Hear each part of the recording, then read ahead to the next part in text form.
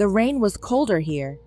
It lashed against the leaves like it had a score to settle, slamming down on the dense Korean forest with a fury that rattled the bones of the earth.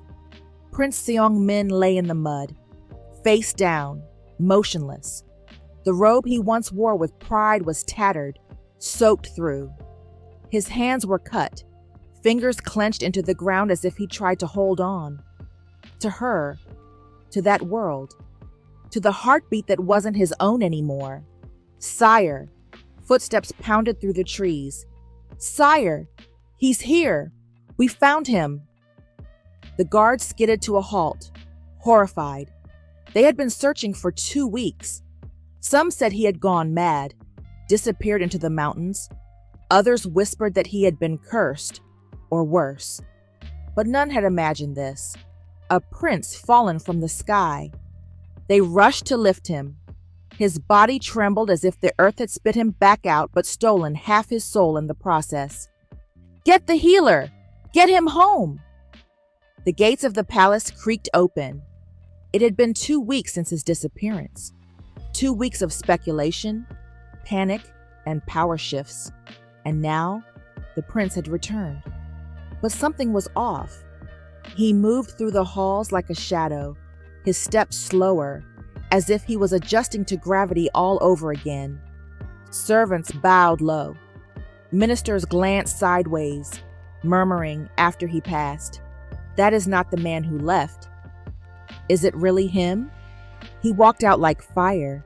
He returned like ash. That night, he didn't eat, didn't speak. He sat alone in his private chambers, the warm glow of oil lamps casting trembling shadows across the silk-draped walls. On the low table before him sat a single item, a wooden ring box. It had survived the fall. Seong-Min reached for it with hands that still bore flecks of Georgia soil beneath the nails. He opened the lid with reverence. There it was, the simple platinum band, the sapphire, deep as the night sky they once lay beneath. His fingers curled around it like it might vanish too. He stared at the stone until his vision blurred. Then, finally, he spoke. Not to a guard, not to his gods, not even to himself, but to her. Sierra. Her name broke in his mouth like a prayer that had waited lifetimes to be spoken. He bowed his head, pressing the ring to his lips. "I didn't stay," he whispered, "but I will return, even if time tears me apart." Thunder rolled outside, but inside, a different storm began. The candle burned low. Wax dripped onto the edge of the scroll as Prince Seong-Min scribbled furiously, not in ancient script, but in broken English, the best he could manage. He refused to forget. Every detail was etched onto parchment with the urgency of a man fighting for breath. Yellow flowers, near the hill behind the barn. Sierra laughed when they made her sneeze. A phone. It glowed when she touched it. Her favorite song was soft, sad. She hummed it when she cooked. She braided her hair before storms, said it made her feel ready. His hand trembled. The last line was harder to write. She was real. He stared at it for a long time, as if someone somewhere would try to convince him she wasn't.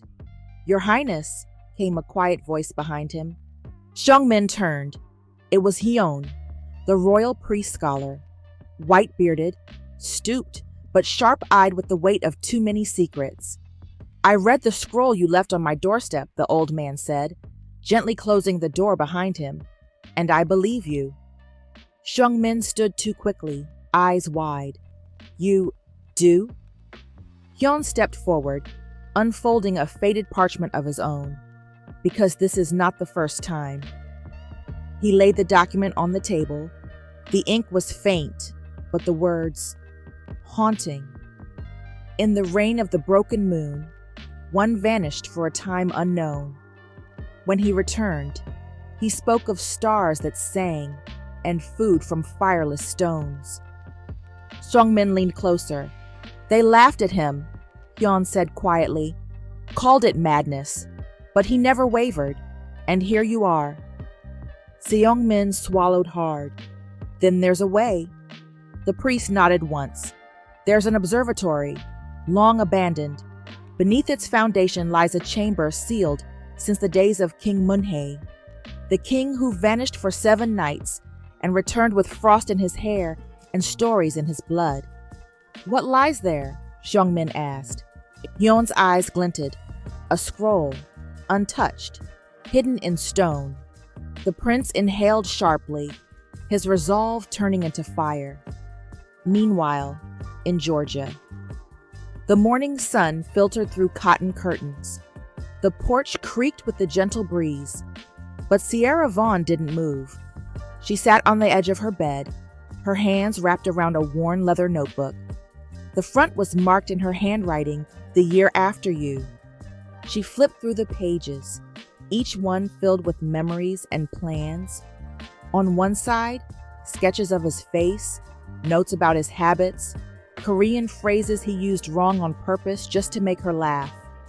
On the other side, research, timelines, cross-references, symbols she had found in her grandfather's old records and sent to a historian friend in Seoul. A timeline was taped to the inside cover. Day 1, he vanished. Day 14, the storm ended.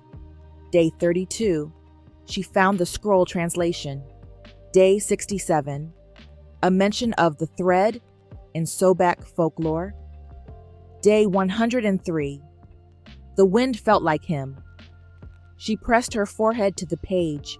"I know you're out there," she whispered, "and if the world is still spinning, then I'm still searching." She closed the book gently, then reached for her laptop. If he was finding his way back, she would be the one waiting at the door. The sound of keys against a laptop echoed in the dark. Sierra's eyes burned from hours of staring at the screen, but she couldn't stop. She was chasing storms, not metaphorical ones, but literal ones. Dates, seismic patterns, atmospheric shifts that never quite added up. Across the Pacific, a storm had cracked the sky and stolen the love of her life. Now she was going to crack it back. Her phone buzzed. A message lit up the screen. "Leah Chang. Zoom in 10. I found something." Sierra's heart kicked. The museum was quiet again. Empty halls, locked exhibits. Rain again streaked the tall windows like deja vu. Dr. Leah Chang stood beside an ancient map she'd blown up across the museum's largest projector.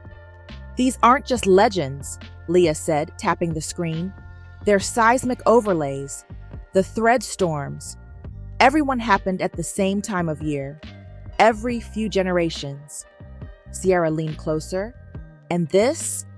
She pointed to a name scrawled in old brushwork on one of the recovered fragments. "Junsa." Leah exhaled. He was real. A royal advisor during Seong-Min's reign.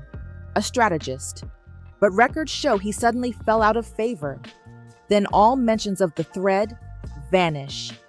Sierra's brow furrowed. "He tried to bury it." Leah nodded grimly. "And if someone tried to bury it, someone else wanted it to be found." Meanwhile, Joseon era. The old observatory stood like a broken crown on the hill. Weeds had devoured the path. Stones sagged from years of rain. But Seong-Min didn't pause. Not once. Yoon, his closest guard, once stoic, now ride-or-die loyal, knelt beside a sundial carved with long faded lunar symbols. "There's something beneath," Yoon murmured. "A foundation stone carved out of sequence." They pried it loose together. Dust exploded from beneath it, revealing a sealed box. Inside, a scroll bound in cloth and wax. No magic, no light, just ink. Seong-Min unrolled it slowly, his breath catching. It wasn't prophecy, it was a map. Celestial coordinates, ancient constellations, a rare lunar alignment. One set of markings highlighted a night that hadn't occurred in over 300 years and would return soon. Etched along the bottom in the same hand, 2 threads must be stitched, one by blood, one by bond. Yoon frowned. What does it mean? Seong-Min's hands clenched around the scroll. I don't know yet, he said, but it means we're not done. Back in Georgia, Sierra flipped through her notebook, pausing at a hand-drawn constellation she'd sketched weeks ago. Something Seong-Min had described from memory under the willow tree. Her fingers shook as she matched it to Leah's newly translated chart. Same stars, same date, same alignment. Her breath hitched. Seong-Min, she whispered, we're chasing the same sky. In Joshin Kingdom, the war drums hadn't sounded, but the tension in the palace beat louder than any gong. Whispers moved like shadows. Cursed, touched by madness, unfit. Seong-Min walked through the inner court with quiet control, the scroll hidden beneath his robe, its edges worn from sleepless hands. The guards still bowed, the maids still lowered their eyes, but the reverence had shifted. He felt it. He'd vanished for weeks, returned with strange knowledge, stranger words, and a devotion to a woman they could not see. And now, he was searching for the stars they didn't understand, but worse than misunderstanding was manipulation. At a corner table in the council chamber, General Huan poured tea with too much grace. Older, brilliant, a snake in royal armor. I hear the prince has taken interest in the stars, Huan said casually to the chancellor, and in things not of our world. The chancellor paled. Surely he means only astronomy. Huan smiled. Surely. He folded his hands and added, but what is a nation to do if its crown forgets the ground it stands on? Later that night, Yoon entered Seong-Min's quarters in silence, then shut the door. There is movement in the southern chambers, he said quietly. Servants replacing guards. Councilmen whispering of instability. Seong-Min didn't look up from his scrolls. So the shadows are stirring. Yoon hesitated. Huan leads them. Finally, Seong-Min raised his eyes. I suspected as much. He stood slow and calm, like a man who had long expected a blade in the back. Then we will not give him silence. We will give him truth. In Georgia, Sierra hit submit. The article uploaded instantly. Title, I loved a man who doesn't exist anymore. Anonymous, unfiltered, raw. She detailed it all. Her time with Seong-Min, the storm, the collapse, the thread of impossible love that now unraveled by the hour. She didn't expect anything. She just needed someone to hear her. By morning, her inbox was flooded, hundreds of messages, some kind, others cruel, some accusing her of mental illness, others begging for proof. Then, ding. A message from a woman named Mrs. Yoon-ji Cho, 81 years old, Korean American, once the assistant to a historian who had studied the Sobak thread. She offered an address in Virginia and one line, "You're not the first." In the palace. "Your Highness," a courier bowed low, "General Huan has petitioned for a private council." Seong-Min studied the letter. No wax seal, no respect. He set it down with care. "Have the scholar priest summoned, and ready my notes. If I fall tonight, someone must remember why." Sierra stood before a dusty file room in a Korean-American historical center on the outskirts of Richmond. Mrs. Cho greeted her warmly, eyes sharp despite her age. "My husband died 40 years ago," the woman said. "But before he passed, he told me a story about a prince who vanished and returned, speaking of a woman in red." Sierra froze. "He called her the thread's echo," Mrs. Cho continued, and she changed the course of his reign and his heart. She pulled out a letter. A sketch was attached. A woman in a handbulk, crimson. Sierra's voice trembled. "That's me." The old woman looked up. "Then I believe you've always been part of this." Back in the kingdom, General Huan stood before Seong-Min, hands behind his back, words heavy with mock politeness. "Your Highness, your people grow concerned. All this talk of stars, threads, love in other lands. You mean truth?" "I mean distraction." Huan's eyes turned flinty. "And we both know, distraction is a luxury of peace." Seong-Min stepped closer. "Do not mistake silence for surrender." "Then do not mistake loyalty for immunity," Huan hissed. Their eyes locked, a war of wills. And in that moment, Seong-Min realized he wasn't just racing against time. He was racing against the enemies within it. Sierra sat in her truck, hands on the steering wheel, shaking. In her lap lay a new page, pulled from an old Korean War diary Mrs. Cho had hidden for decades. Scrawled in fading ink, a sentence. "One thread by blood, one by bond. A child is the anchor, a vow is the seal." Sierra's heart stopped. She whispered, "A child?" She grabbed her notebook, wrote the line down, circled it. And for the first time in months, hope didn't feel far away. The mornings had grown colder, even though summer wasn't done yet.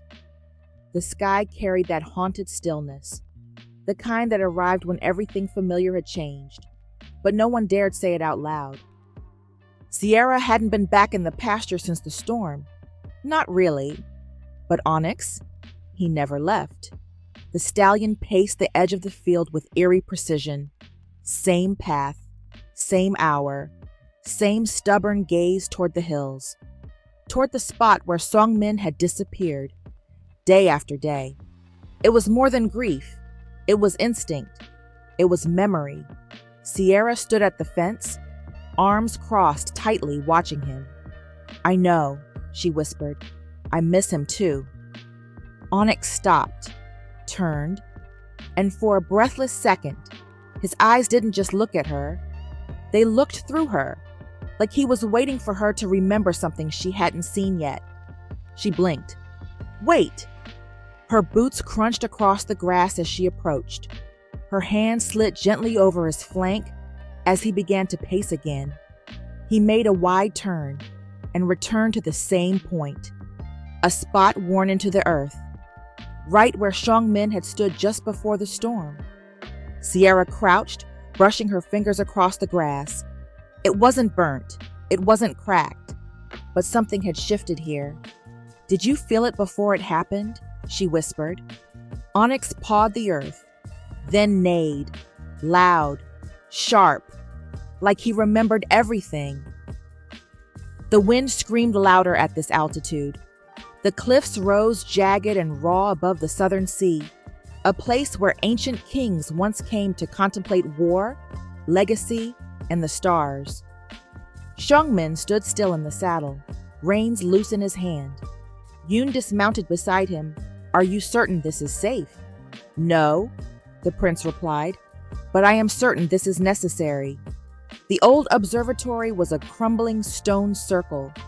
Half swallowed by wild vines, its instruments rusted to bone. But someone was there. An old man, hooded, hunched, staring at the sky through a crude lens of crystal and copper. "Master Han," Seong-Min said. The man did not look away. "I told your father once, the stars never bend to men. Only men bend to the stars. Then I ask only for understanding." Finally, the old man turned.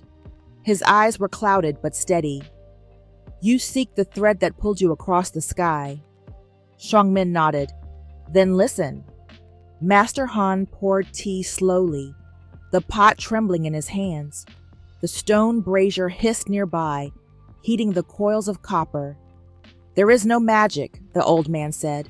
No gods, no spells. Seong-Min said nothing. The moon aligned with a triad of stars when you vanished. This happens once every 419 moons. You rode through a storm on a horse bred from two bloodlines, one royal and one untamed. The stallion, Seong-Min whispered. The key, Han corrected.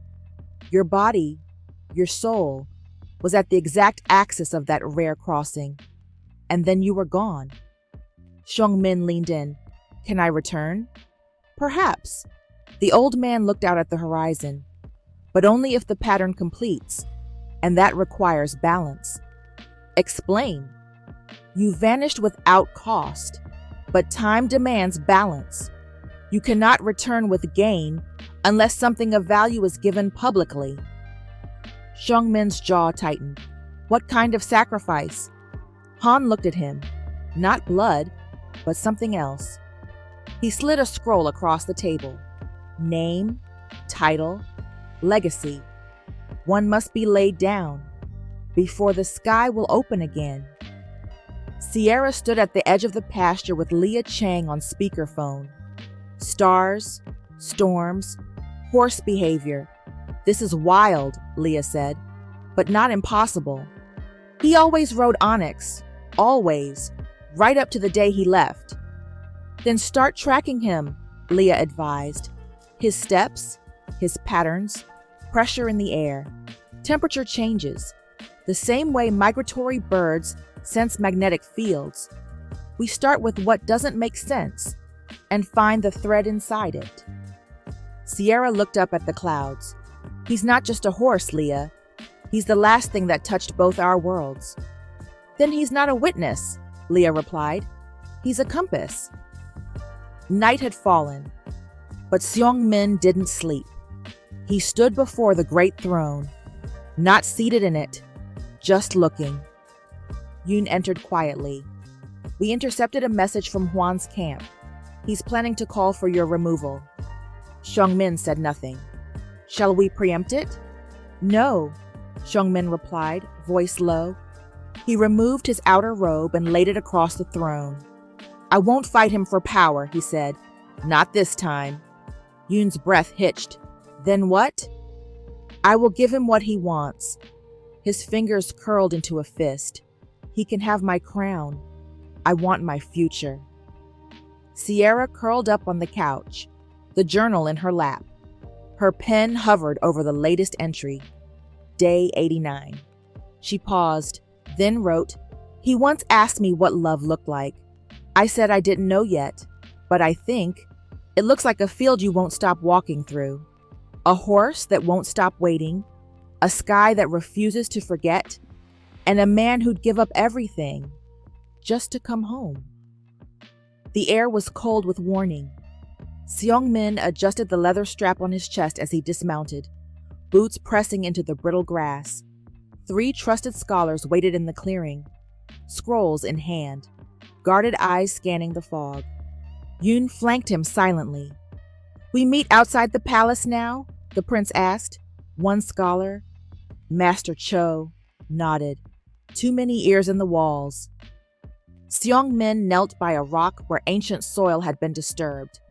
You said the next part of the scroll was hidden here? Cho reached inside his robe. That's when everything shattered. A sharp whistle tore through the air. Steel flashed. Seong-Min didn't think. He moved, rolled as the first arrow split the tree beside him. Yoon drew his blade mid-motion and shouted, Ambush! From the trees, men in black poured forward, masked, brutal, precise. Seong-Min unsheathed his short sword just in time to block a downward strike. Sparks flew. Cho screamed and fled. Traitor! More arrows flew. One grazed Seong-Min's arm. Blood darkened the linen beneath his sleeve. He stumbled. Another blade came for his chest. But Yoon lunged, intercepting it with a roar. Go! Get behind me! No! Seong-Min rasped, panting. I don't run! You will if I say so! Another attacker came from the flank. Yoon took him down with brutal efficiency, but they were surrounded. And then, a horn blew. Palace guards. The attackers scattered like smoke, but Seong-Min fell to his knees. The palace physician stitched Seong-Min's arm in silence, lips pressed in a grim line. Yoon stood in the corner, armor smeared with blood. "My apologies," he muttered. "I didn't see it coming." "No," Seong-Min replied, voice hoarse. "You did." He held out a folded letter, stained with dirt and sealed with an unfamiliar crest. Yoon's eyes narrowed. "Where?" "One of the attackers dropped it when you slashed his belt. I grabbed it." He unfolded the paper slowly. It was coded, but Seong-Min had learned the court's hidden scripts long ago. His lips moved as he read, then froze. A single name at the bottom, a seal etched in wax, one used only by those in the royal bloodline. His stomach dropped. His cousin, Lord Baekjun, the one who stood beside him during coronation, the one who laughed at the engagement ring he kept in his chamber, the one who always asked just a little too much about the woman from the stars. Seong-Min's voice broke the silence. "There's a traitor in our blood." Sierra sat on her porch, hoodie pulled over her curls, laptop balanced on her knees. The wind had picked up again. Sharp, strange, too early for fall. Her inbox pinged. Another message. She sighed. She'd gone viral last week. Her anonymous article titled, "I Lost a Prince to the Sky," had broken 400,000 views in 5 days. Most people mocked her. A few believed her. Some tried to interview her. She ignored them all. But this message, this one was different. From unknown sender at protonmail.com. Subject, "You're not the only one." Body, "You're not the only one who lost someone to the thread. It doesn't just take lovers. Sometimes it takes bloodlines. Contact me. We don't have long." Her hand trembled. She reread it 3 times, then whispered aloud, "Bloodlines." Seong-Min stood before the council. No crown, no robe, just a bandaged arm and a fire in his voice. "There was an attack on royal scholars today," he said, holding up the coded letter, "orchestrated not by rebels, not by enemies abroad, but by someone within these walls." Murmurs broke out. "Your Highness." "Silence," he snapped. "The name is here. Signed." He didn't show them. Not yet. "Until further notice," he said, "I am suspending all non-essential military orders and all royal decrees issued in my absence." Gasps followed. A noble rose. "This is treason." "No," Seong-Min said. "This is survival." Then he left the room in silence, the ring still in his pocket, and the name of his cousin burning in his mind like a brand. Sierra staring at her laptop screen, debating whether to write back. Yoon sharpening his blade in a darkened armory, eyes haunted. Baekjun, standing beneath a blood-red tapestry, reading the same letter Seong-Min now held, but with a second sealed version in his pocket. Onyx, galloping wildly in the field, hooves pounding like thunder against the earth, his path carving a circle that points north. He sits at a low writing desk, dressed in midnight blue robes. His arm is still wrapped from the ambush. Outside, the wind howls across the palace roofs. He dips the ink brush slowly, then begins. "To the woman who shattered my silence." The brush glides across parchment, but the pain is deeper than the wound on his arm. "You taught me to laugh, to hold without duty, to dream beyond a throne. And now, each breath without you feels unfinished." Her lamp glows low. Onyx's saddle is beside her bed. Sierra holds a pen above a lined notebook titled, "The Year After You." Her fingers hover. Then she writes, It's been 94 days. I count them even though I don't want to. I keep telling myself it's not about grief anymore. It's strategy now. It's hope, shaped into action. She exhales and crosses out the last line, writes again. But the truth is, you took the air with you. She bites her lip, keeps going. So I breathe shallow and fight deeper. Sierra, the scroll mentioned 2 threads, blood and bond. I do not yet understand it, but I know this. You are both. Seong-Min, every time I close my eyes, I replay the last moment. Your hand reaching for me. That storm, that look, that, God help me, regret. I wish I could have pulled harder. Sierra, if my ancestors knew what I now feel, no war would have ever been waged. Seong-Min, if you're still fighting, then so am I. Don't you dare give up on us. Back in the kingdom, Yoon enters quietly. Seong-Min folds the letter and places it in a lacquered box beside the ring. No reply, Your Highness? Yoon asks. Seong-Min doesn't look up. Letters mean nothing if the distance cannot be crossed. Yoon hesitates, then, but they mean everything when the heart is the only thing still standing. Sierra steps outside. The night is cold. Her grandfather's rocking slowly. She would have liked you, you know, he says. Sierra blinks. Who? Your mama. Always said love ain't measured by weddings or rings. It's measured by the fights you choose to stay in. Sierra nods slowly, tears threatening. I'm still in it, she whispers. Seong-Min, watching the stars from the palace tower, hand clenched around a folded page. Sierra, seated at the barn loft, writing one last line in her notebook. I do not wish to be remembered. I wish to return, even if history forgets me. He said out loud into the night, If you're fighting, then so am I. Don't you dare give up, she murmured to herself. They each seal their letters. Never sent, never read, but deeply felt. Ture Museum Archive, minus 2:47 a.m. The rain tapped steadily on the tall windows, streaking down like threads from the sky itself. Most of the museum was dark now, closed, still. But inside the small research room tucked behind the East Asian exhibit, a soft golden light hummed over parchment, ink, and exhaustion. Leah Chang hadn't slept in nearly 30 hours. She adjusted her glasses and flipped to the last page of the scroll they'd been poring over. Her eyes scanned the faded text, but it was the corner, the seal, that stopped her. Her fingers froze. Wait, she murmured, barely above a breath. Across the room, Sierra dozed in a worn leather chair, her curls tumbling over her shoulder, notebook still open on her lap. Leah's voice rose. Sierra. Sierra blinked awake, startled. Huh? What time is it?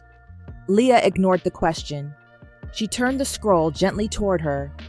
This seal. It's not Korean. Sierra rubbed her eyes. What? Leah pointed again, firmer this time. Right here. This emblem. It's Japanese. Not from Seong-Min's dynasty. Not even from his side of the peninsula. Sierra sat up straighter, heart quickening. But this scroll, this is the one linked to the thread, right? It's about him. About us. It is, Leah said, her voice taut with realization. But the scroll itself didn't originate here.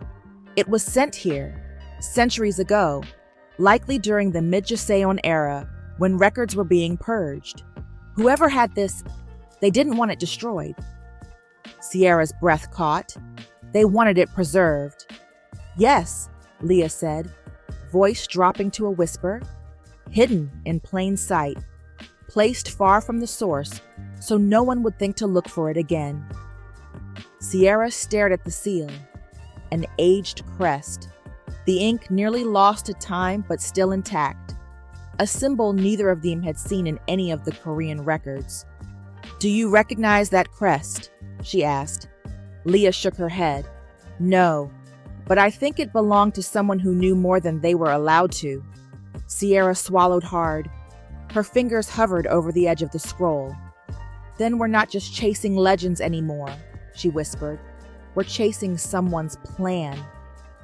Leah nodded.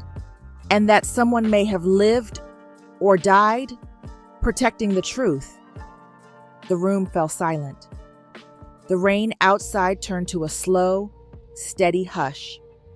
On the seal, ancient, Japanese, not a prophecy but a memory, the mark of a royal advisor long forgotten by Korean history books, yet determined to keep the thread from vanishing forever. Sierra sat back slowly in the chair, eyes wide, heart racing. "We need to go to Japan." The rain in Kyoto hadn't let up for 2 days. The old man at the gate had squinted at their request, muttering about Westerners chasing ghosts, but he eventually led them down a long corridor, its stone walls still cool despite the humidity. "Here," he rasped, pushing open a door made of cedar and silence. Sierra stepped into the dim-lit room, her breath catching. Rows of scrolls, not in display cases, not digitized, just resting, like they had been waiting. Leah's eyes scanned the seals. "These aren't in the museum registry," she whispered. "They've been forgotten." Sierra's fingers hovered over the faded emblem burned into one scroll. 3 rings, 3 threads. She turned to Leah. "This is it." The clang of iron echoed through the cavernous chamber. Sparks burst and faded. Sweat gleamed on the backs of skilled craftsmen. This was no ceremonial show. This was labor. Seong-Min stood beside the master engineer. In his hand, a rough sketch, recreated from memory and scraps of royal blueprints long buried by generations who deemed such devices dangerous. "The heaven's compass," the old engineer said, adjusting his monocle. "They claimed it was used to track divine winds." Seong-Min's voice was low. "Not divine, just misunderstood." The engineer eyed him. "Do you truly believe the sky can open?" "No," the prince said quietly. "I believe it already did." Sierra and Leah sat cross-legged on the floor. Scrolls rolled open across a long, low table. The ink was faded, the language archaic, but not lost. Leah traced the characters. One thread pulled between sun and moon. One thread sealed by blood and vow. One thread never meant to stay. Sierra stared. "This isn't a prophecy." "No," Leah said, looking up. "It's a warning." The partially rebuilt celestial device rose behind him, a skeletal dome of polished brass and iron rings. His hand rested over his heart. He looked up. The stars blinked silently in a sky dusted with silver. Sierra curled beneath an old quilt in the candlelit university guest quarters. Her journal was open, half filled with scribbled notes, sketches of constellations, timelines, and a short list, when the first thread shifted. Seong-Min's last breath before the light. The sound, not thunder, but tearing. She closed her eyes and fell asleep. In the dream, she stood in a sun-drenched field in Georgia, a white arch framed with wild magnolias, her grandfather at her side. Seong-Min waited for her in a tailored navy suit. Then, shift. Suddenly she was in a stone courtyard. Lanterns danced in the wind. Her gown shimmered in gold thread. She wore a crown, not one of diamonds, but of carved laurel and silk. Seong-Min stood beside her, not a prince, an emperor, and she was his queen. Sierra jolted awake. Tears streaked her cheeks. Her hand clutched at her chest, fingers closing over a thread, a thin red string, tucked in the folds of the old scroll she'd been reading. She gasped, staring at it. "It's real," she whispered. In his world, Seong-Min, standing alone in his royal robes, looked up at the stars. In his palm, a matching red thread, braided into the handle of his sword. Sierra sat slumped in an armchair, surrounded by open scrolls, faded diagrams, and her own frantic notes. The red thread, just a sliver of it, rested coiled beside her journal on the table. Her fingers were curled loosely around the edge of it, as if she was afraid it would vanish if she let go. She had fallen asleep while still whispering his name under her breath. Her voice was soft now, barely audible. "Seong-Min." The name slipped out like a prayer, and the thread stirred. It slid barely over her fingertip, like it had heard her. The wind howled through the palace spires, tugging violently at the silken drapes behind him, like they too were trying to pull him back to her. Prince Seong-Min stood atop the highest balcony, cloaked in full ceremonial robes. The colors of his house weighed heavier than ever. His injured arm rested against the cold stone, but his other hand was locked over his chest, where the ring still sat, warm from the heat of his skin. Above him, the stars ignited the night, the same ones Sierra had once pointed to with laughter in a Georgia field, the same ones he now studied like scripture. His voice cracked as he spoke, quiet, but soaked in fire. "You braided your hair before storms. You hummed when you cooked. You made my world mine." A beat. His throat tightened. "And I will cross any time, any thread, any throne, to find you." A sudden gust lashed the air. Below, the palace stirred with rumors and rebellion.